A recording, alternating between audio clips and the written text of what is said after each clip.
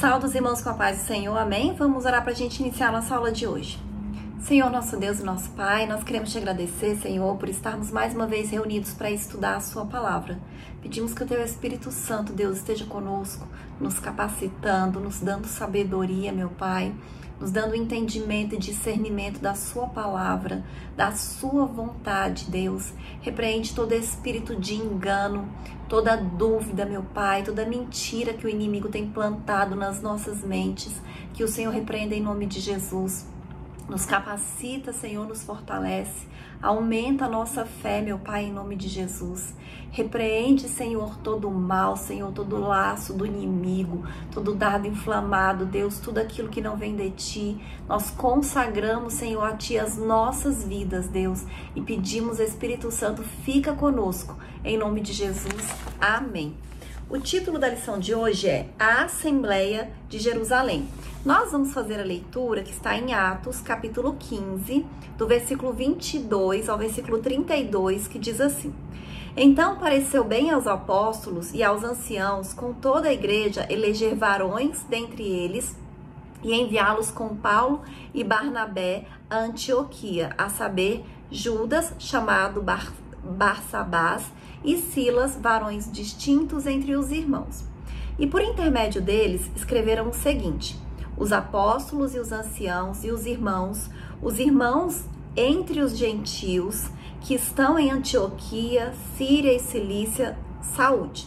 Porquanto ouvimos que alguns que saíram dentre nós vos perturbaram com palavras e transtornaram a vossa alma, não lhes tendo nos dado mandamento.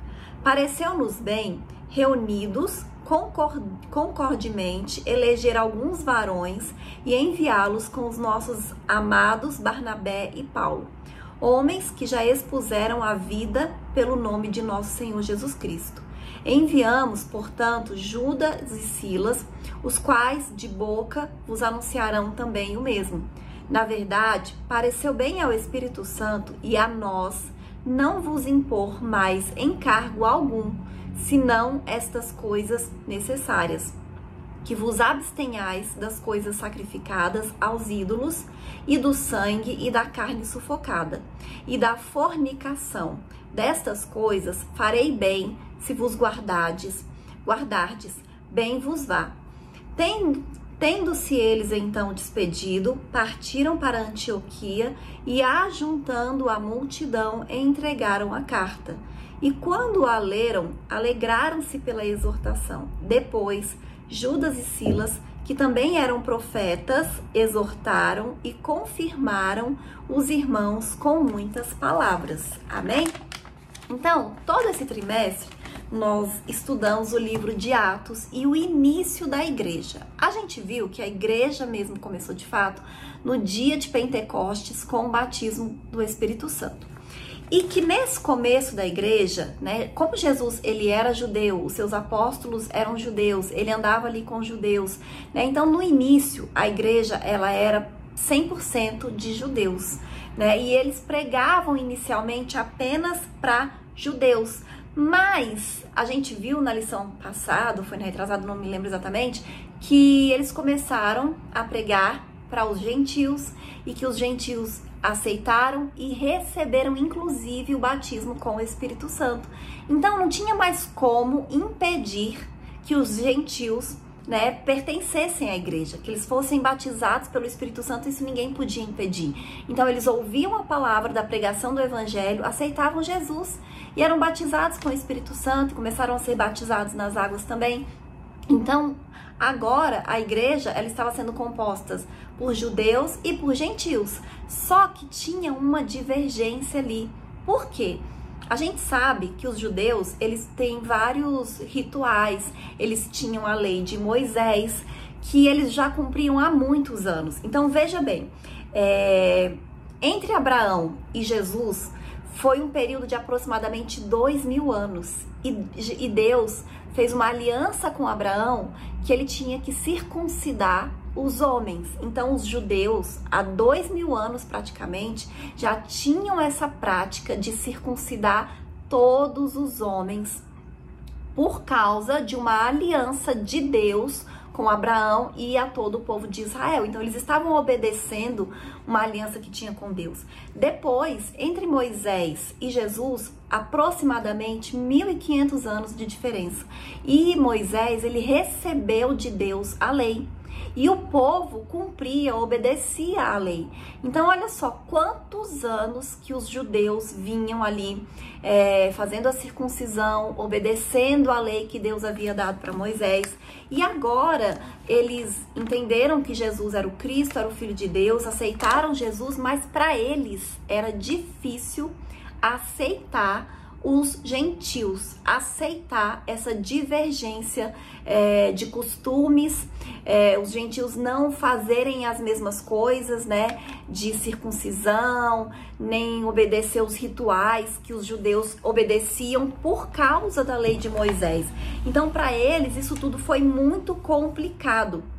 E aí, nessa lição de hoje, a gente vai ver que a igreja, ela precisou resolver alguns conflitos de natureza doutrinária que estavam acontecendo.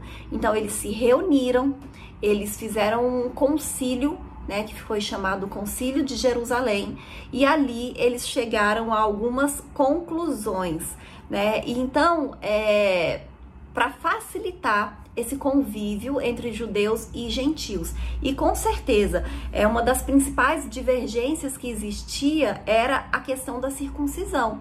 Então, alguns judeus que tinham se convertido ao cristianismo, eles queriam que os gentios também se circuncidassem, porque eles diziam que se eles não se circuncidassem, se eles não cumprissem os rituais da lei de Moisés, eles não seriam salvos.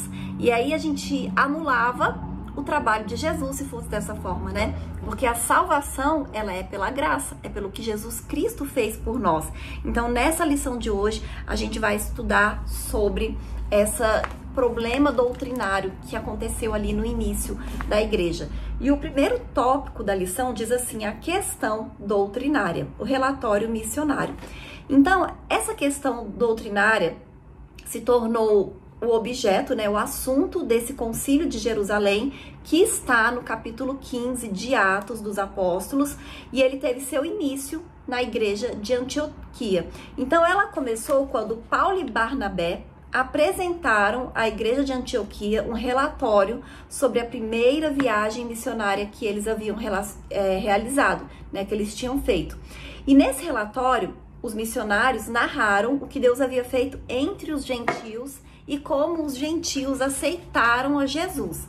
E o relatório deixa implícito que a salvação dos judeus ocorreu inteiramente pela graça de Deus, sem nenhuma exigência da lei, como a circuncisão, né? E agora eles queriam que isso fosse imposta aos gentios. E os gentios que creram, receberam o batismo com o Espírito Santo, a gente já viu isso em outras lições.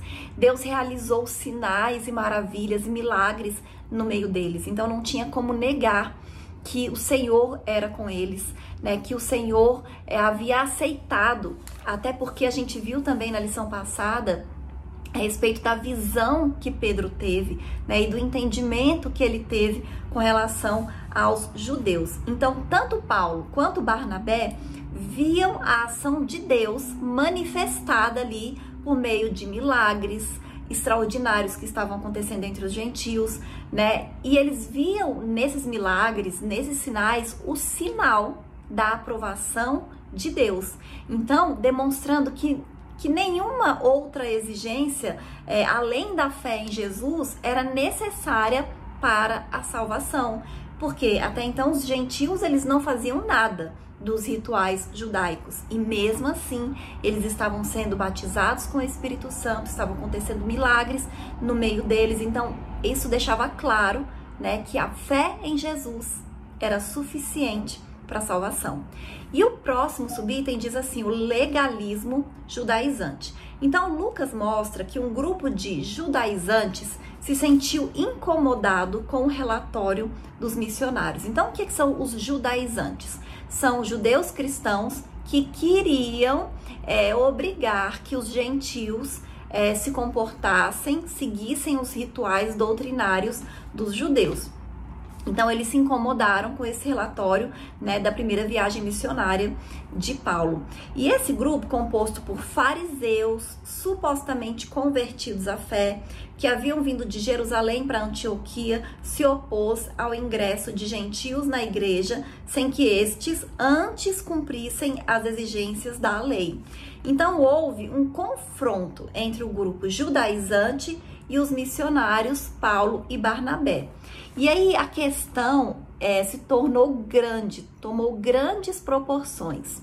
E eu vejo assim muita sabedoria, né, da parte dos apóstolos, né, no início da igreja, porque eles sempre resolviam essas questões, esses conflitos, esses problemas. Eles não deixavam de lado, eles não escondiam, eles não deixavam para depois, eles resolviam, né? E isso é muito importante dentro de uma igreja. Então, assim, esse problema que estava tendo, essa divisão, essas discussões, podia até mesmo causar uma divisão dentro da igreja da Antioquia, então exigia uma solução rápida por parte da liderança, e foi isso que eles fizeram. Então, por se tratar de um tema complexo, de um alcance amplo, eles não quiseram decidir sozinhos. Eles resolveram fazer uma reunião com todos os apóstolos, com toda a liderança da igreja, né, em Jerusalém, que era a igreja mãe, e aí o assunto foi analisado, foi discutido, e eles chegaram a um veredito, né, que nós vimos no texto de abertura. E uma coisa interessante é que, apesar deles terem se reunido, eles conversaram, eles apresentaram argumentos, eles apresentaram fatos, mas eles foram guiados pelo Espírito Santo. Porque a gente leu lá no versículo 28, que ele diz assim: pareceu bem ao Espírito Santo e a nós não vos impor mais encargos alguns, senão estas coisas necessárias. E eles falam quais são as coisas. Então, pareceu bem ao Espírito Santo. Eles foram guiados pelo Espírito Santo de Deus. E isso, eu acho que desde o início do trimestre que nós estamos estudando sobre a igreja de Jerusalém, sobre o início da igreja, a gente vê que, assim, é fundamental o Espírito Santo de Deus. A igreja, ela só cresce. A igreja, ela só é forte se tiver o agir, se tiver a direção do Espírito Santo de Deus. E a gente vê isso em todas as decisões, em todos os momentos no ministério dos apóstolos, né, no início da igreja. E aí, o próximo tópico diz assim: o debate doutrinário, uma questão crucial. Então, a questão gentílica chegou a Jerusalém para ser tratada. Então, tinha esse conflito, vamos levar para a igreja mãe, para a igreja de Jerusalém, e vamos debater esse assunto. Então, os judaizantes que estavam ali deixaram claro que a igreja deveria circuncidar os gentios convertidos e ordenar que eles guardassem a lei de Moisés. Mas no entendimento desse grupo, sem a observância da lei, ninguém poderia ser salvo. Então, na verdade, os judaizantes, eles queriam que continuasse do mesmo jeito, e eles achavam que a salvação era através do cumprimento da lei. E aí Pedro é o primeiro a ver a gravidade dessa questão e percebe que ela não pode ser tratada de forma subjetiva. A questão deveria ser tratada com objetividade que o caso exigia e com a seriedade. E a experiência da salvação dos gentios em Cesareia, ocorrida anos antes, deveria servir de parâmetro. Então, Pedro, ele fala, né, ele lembra a experiência pentecostal que houve com os gentios como prova da aceitação deles por Deus. Então, lembram que nós estudamos que eles pregaram a mensagem do evangelho na casa de Cornélio, que eles nem eram judeus, e eles acreditaram. E quando eles acreditaram em Jesus, eles foram batizados com o Espírito Santo, antes mesmo de serem batizados nas águas. Então foi como se tivesse acontecido ali um dia de Pentecostes. eles foram batizados, né? Teve falar em línguas, e foi uma coisa incrível que aconteceu. Então Pedro fala dessa experiência que aconteceu, né? E como Deus manifestou a sua aprovação aos gentios através do batismo com o Espírito Santo. E aí em Atos 15:8 diz assim: e Deus, que conhece os corações, lhes deu testemunho, dando-lhes o Espírito Santo, assim como também a nós. E aí o próximo subitem diz assim: a experiência do Pentecostes na fé dos gentios. Então, o derramamento do Espírito Santo que aconteceu sobre os gentios anos antes na Cesareia, na casa de Cornélio, havia sido uma experiência real, né? Objetiva, física, observável. Aquelas pessoas que estavam ali presentes, que não era apenas Pedro, ele tinha levado com ele outros discípulos e todos viram o que aconteceu, né? Aqueles gentios foram batizados com o Espírito Santo de Deus, eles falaram em outras línguas. Então, Pedro, ele espera que o seu argumento fosse aceito da mesma forma que foi aceito antes pelos judeus que haviam questionado a salvação dos gentios de Cesareia. Então, convém que a gente lembre também que esse mesmo argumento de Pedro já havia sido usado pelo apóstolo Paulo por ocasião de seu debate com os crentes da Galácia. Então, assim, mais uma vez, assim, para os judeus era muito difícil aceitar que agora a aliança de Deus não era apenas com os judeus, mas era com todos aqueles que acreditassem em Jesus, porque até então a aliança de Deus era com os judeus. Em muitas ocasiões, assim, eles nem falavam com os gentios, eles não faziam nenhum negócio com os gentios, não faziam nenhum tipo de, não tinham relacionamento com os gentios, com algumas exceções que a gente vê na própria Bíblia, na genealogia de Jesus, né, de pessoas que não, mulheres principalmente, que não eram que não eram judeus e entraram para a genealogia de Jesus, como Raabe, como Ruth. Então, a gente vê, assim, que Deus já estava ali, né, alcançando pessoas de outros povos desde sempre. Mas a gente vê essa resistência muito forte por parte de muitos judeus.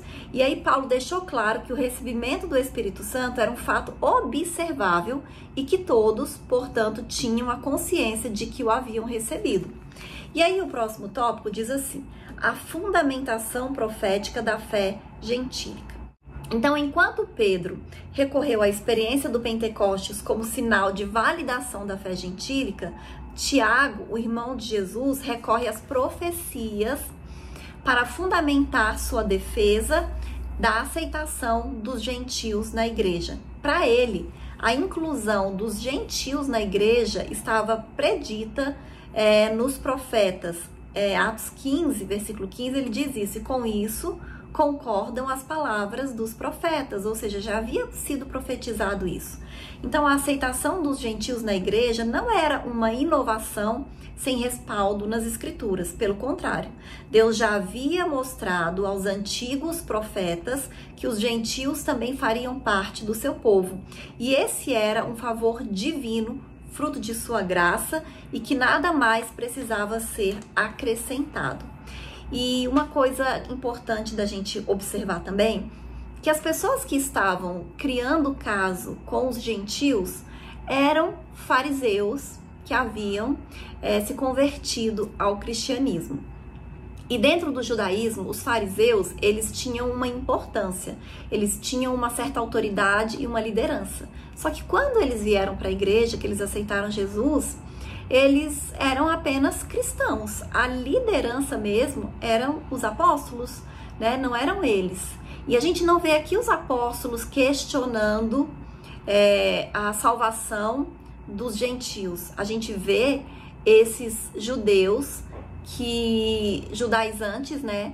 Que eram fariseus, que haviam se convertido e que eles não estavam aceitando, como se fosse necessário eles aceitarem, mas que estava criando bastante confusão a ponto deles fazerem esse concílio. Então eram eles que estavam criando esse caso e essa confusão com relação aos gentios. E aí talvez fosse até mesmo uma questão assim, talvez de não de cuidado, mas assim uma certa vaidade, né, querendo ter alguma influência, querendo ter algum poder, querendo ter alguma autoridade ali dentro da igreja. E a gente sabe que para o Senhor a gente não vai conseguir liderança nem autoridade assim, mas com Espírito Santo de Deus, buscando o Senhor, né, se dedicando realmente à obra, né, à vontade de Deus, porque era isso que os apóstolos faziam. E aí o próximo tópico diz assim: a decisão da Assembleia de Jerusalém. O Espírito na Assembleia. Então, é um fator relevante o papel atribuído ao Espírito Santo na tomada de decisão da igreja. Como eu já disse, né, que eles colocaram lá, e pareceu bem ao Espírito Santo e a nós, ou seja, foi uma decisão guiada pelo Espírito Santo de Deus, assim como todas as nossas decisões precisam ser. O Espírito Santo, ele não era apenas visto como uma doutrina na igreja, mas como uma pessoa que tinha participação ativa nela. E o Espírito Santo de Deus, ele é uma pessoa. Nós temos que ouvir a voz do Espírito Santo.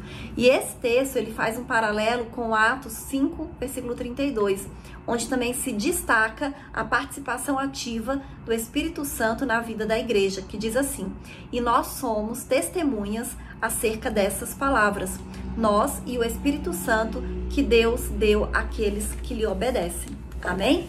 E o próximo subitem diz assim: a orientação do Espírito Santo na Assembleia. Então, o texto de Atos 15, 28 não diz como era feita a orientação do Espírito Santo na primeira igreja. Contudo, a gente leu que eles falam assim, que Lucas, feita por Lucas, que Judas e Silas eram profetas e que eles fizeram parte da comissão que levou a carta com a decisão tomada pela Assembleia. Indica então que o Espírito Santo se manifestava na igreja por meio dos seus dons, o dom da profecia. Então isso explica por que as coisas funcionavam tão bem na primeira igreja, né?